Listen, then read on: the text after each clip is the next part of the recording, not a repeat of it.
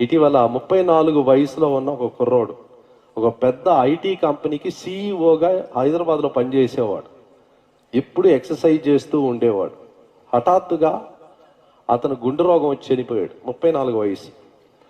డాక్టర్లు అంతా పరిశోధించి చెప్పిన వివరం ఏంటంటే అతడు రోజు నిద్రపోవాల్సిన నిద్రను తగ్గించేశాడు.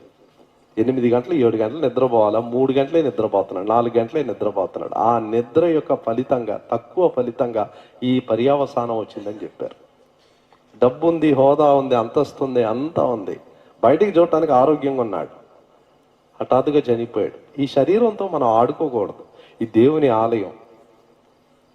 సరైన నిద్ర ఇవ్వండి, సరైన అభ్యాసం దీనికి ఉండాలా, పని చేయాలా, సోమర్తనంగా ఉండకూడదు, తినాల్సింది మాత్రం తినాలా, ఎంత తినాలో అంతే తినాలి, ఎక్కువ తినకూడదు.